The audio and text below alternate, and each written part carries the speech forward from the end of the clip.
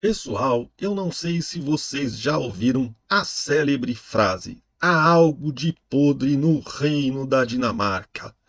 Essa frase foi dita por Hamlet no romance Hamlet, o Príncipe da Dinamarca, onde Shakespeare mostrava toda a podridão que existia ali no reino da Dinamarca.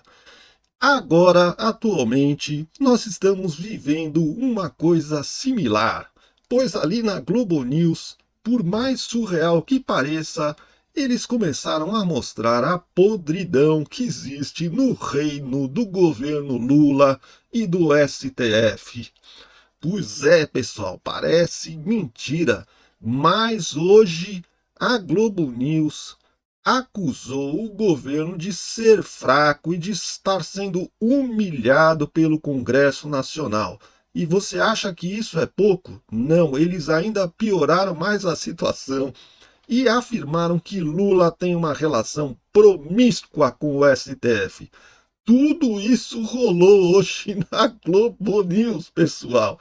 Olha a situação que está chegando o governo Lula, que antes era defendido com unhas e dentes pela Globo News e por toda a mídia tradicional, por todo o consórcio da mídia brasileira, e agora parece que o pessoal cansou um pouco e resolveu descer a lenha no velhinho da picanha. Acho que o velhinho da picanha está decepcionando tanto que eles cansaram de defender e começaram a ficar com raiva. Então é isso aí que nós vamos ver nesse vídeo, pessoal. Mas antes eu gostaria de pedir para você deixar o seu like aí, se inscrever no canal, acionar o sininho das notificações e, se possível, também deixar o seu comentário, né? Qualquer coisa dessas que você fizer vai ajudar muito meu canal a ser mais divulgado pelo YouTube e eu serei eternamente grato a você, beleza? Então é isso aí. Bom, pessoal, tudo começou quando a Mocreia, digo, Andréa Sadi, afirmou que o governo era fraco e que estava sendo humilhado pelo Congresso. E não foi só isso, ela também disse que o governo tem uma relação tóxica com o Congresso, né? Uma relação disfuncional com o Congresso, uma relação abusiva com o Congresso. Dá só uma olhada. O governo está fazendo um mapa. Porque assim, eu estou contando aqui alguns dias. Não adianta ficar cobrando o Hugo Mota, o governo. Não adianta, a gente até vai perguntar isso daqui a pouco para o líder do PT. Se o governo não faz a sua parte, o governo tem que fazer a sua parte. Esses partidos estão na base do governo. Ontem a Ju Braga, nossa repórter, trouxe aqui mais da metade da base aliada a isso, é comentário meu, aliada de quem? Porque assim, aliada da anistia, né? Assinou esse PL, o quórum do PL. Então, assim, o que os partidos que estão dentro do governo estão dando para o governo? É assim, igual qualquer relação na vida. Quando você pesa... Amizade colorida. Tá dando mais, tá dando menos. Tem retorno ou não tem retorno? Senão, tchau. Senão é um relacionamento abusivo. Né? Exatamente, é tóxico. Tóxico. Essa relação tá ficando tóxica. Tá Em há qualquer muito governo. tempo. Não, mas não é de hoje que é Isso, tóxico. exatamente. Em qualquer governo, governo Bolsonaro, governo Lula, qualquer governo. Então, assim, já vimos muito esse filme. É que nesse caso aqui, é uma pauta que, no meu ponto de vista, é uma humilhação para o governo isso passar. É uma humilhação, porque, assim, é um vexame. O governo deixou passar tanto. Eu falei aqui ontem, a Glaze acabou de entrar. Isso não é responsabilidade da Glaze. Isso não é. Tinha uma articulação política ali que já deveria estar fazendo essa costura, esse arranjo, e, de fato, a gente estava comentando aqui. Se nós temos o termômetro, imagino que o governo também tenha, Merval. Deveria. Deveria. Pelo menos. Mas realmente a coisa está mal parada porque é um governo supostamente de coalizão que não tem coalizão nenhuma. Tem uma coalizão teórica, ganham ministérios, ganham cargos, mas não se comprometem com as diretrizes do governo. E para piorar a situação, o Merdal, digo Merval Pereira, disse que os três poderes estavam em guerra, brigando um com o outro, e que o sistema de governo brasileiro estava falido. E aí o Otávio Guedes diz que era o sistema de governo, era o emendalismo ou o pixmendalismo, ou seja, dizendo que o governo O sistema de governo funciona na base das emendas PICs, né? Só assim que as coisas acontecem no Congresso Nacional e no governo. Dá uma olhada aí. Hoje o Merval traz na coluna, no Globo, e isso para mim aqui é o ponto principal, que é uma potencial crise institucional. É uma coisa inacreditável.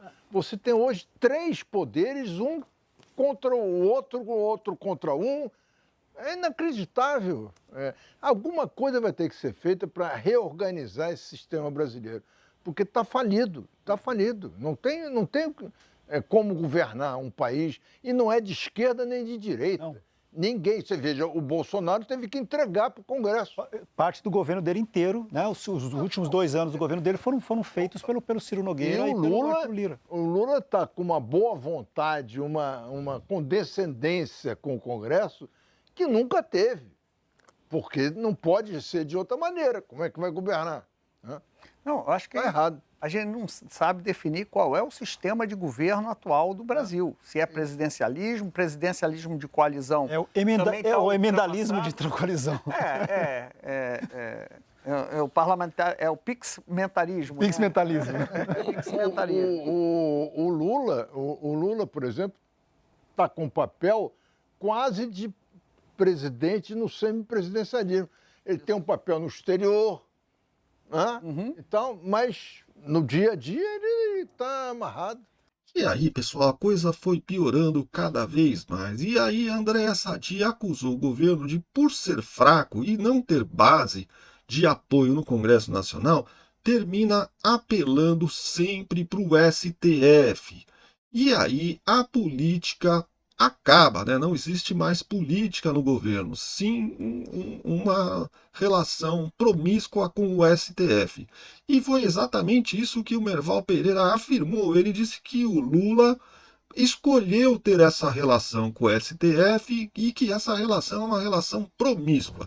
Toda vez que o governo ele se sente emparedado, ele recorre ao Supremo. Só que isso escancara essa fragilidade política dele no Congresso. Então, assim, claro, o Supremo, se for provocado, ele vai agir para um lado ou para o outro, vai decidir lá de acordo com a cabeça de cada cabeça uma sentença. Mas, fora isso, e a política? Cadê a política? Não tem mais política, porque se a solução do governo virar pelas mãos de um ministro, ou pelo plenário, ou pela turma, então ele acha que não precisa mais resolver nada com o Congresso Nacional. Mas isso foi claramente uma opção do Lula. Perfeito. Quando ele se viu abandonado pelo Congresso, ele começou a se aproximar do Supremo e até fazia almoços, né? Uma coisa meio promíscua, mas era claramente para ter um suporte que ele tinha perdido no Congresso. Hoje eu ouvi isso que eu estou falando, Valdo, de um ministro da Corte que estava mais uma vez olhando, observando e relatando esse ambiente de que também de pressão e de desgaste para a Corte, porque obviamente a Corte precisa se posicionar quando provocada, só que é provocada para tudo e geralmente pela base aliada e depois, como eu digo aqui o tempo todo, depois eles reclamam, interferência. Sei, mas assim, eles também não costuram, não articulam base, não tem base. O governo Lula não tem base. Essa base aliada que está aí é uma base hoje que pinta e borda para cima do governo Lula. Pinta e borda. E por fim, pessoal, o Otávio Guedes, ele afirmou que o Sóstenes Cavalcante, ao ter protocolado lá a urgência da votação da PEC da anistia, deu um golpe de mestre, né? Porque com isso ele expôs os deputados que possivelmente possam querer tirar as assinaturas, né? Agora que está protocolado, caso algum deputado tire a assinatura, vai pegar muito mal. Então, segundo o Otávio Guedes, isso foi uma jogada, ele comparou a jogada do Sóstenes Cavalcante com uma jogada do Júnior Baiano, lá do futebol do Flamengo, acho, né? Que chegava dando paulada para todo lado e botava ordem na casa. Então foi mais ou menos isso que rolou. Dá uma olhada aí, que foi muito engraçado. Então, assim, é uma tradição parlamentar brasileira você assinar projetos que incomodam o governo para negociar caro a retirada da sua assinatura. Quantas CPIs não tinham assim, uma quantidade enorme de assinatura? Depois você ia lá e negociava. O Sóstenes percebeu esse movimento, depois que 3 deputados o procuraram, dizendo, estou sendo pressionado, estou querendo aí tirar a minha assinatura. Então, depois do terceiro, ele resolveu protocolar. Ligou para o Hugo Mota e protocolou. Então, qual é o efeito prático disso? Primeiro, ele expõe, né? Eles expôs os deputados que são, teoricamente, da base, mas não são. Né? Expõe também, eventualmente, algum que queira pegar carona nessa onda conservadora do Bolsonaro, mas também não assinou. Então, quando eu digo aqui que lembro a antiga tática da esquerda, eram aqueles painéis que eram colocados na Cinelândia, em locais de grande movimentação, em que eu lembro que nas diretas já teve esse painel, foi o início ali, botava os deputados que traíram o voto direto, aí tinha a cara de todo mundo, partido.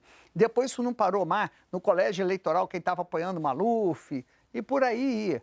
Então, a intenção do Sóstenes foi essa, expor todo mundo. Olha, tá todo mundo, que ninguém sabia exatamente que lista é essa, quantos da base do governo assinavam ou não assinavam, então ele jogou no ventilador.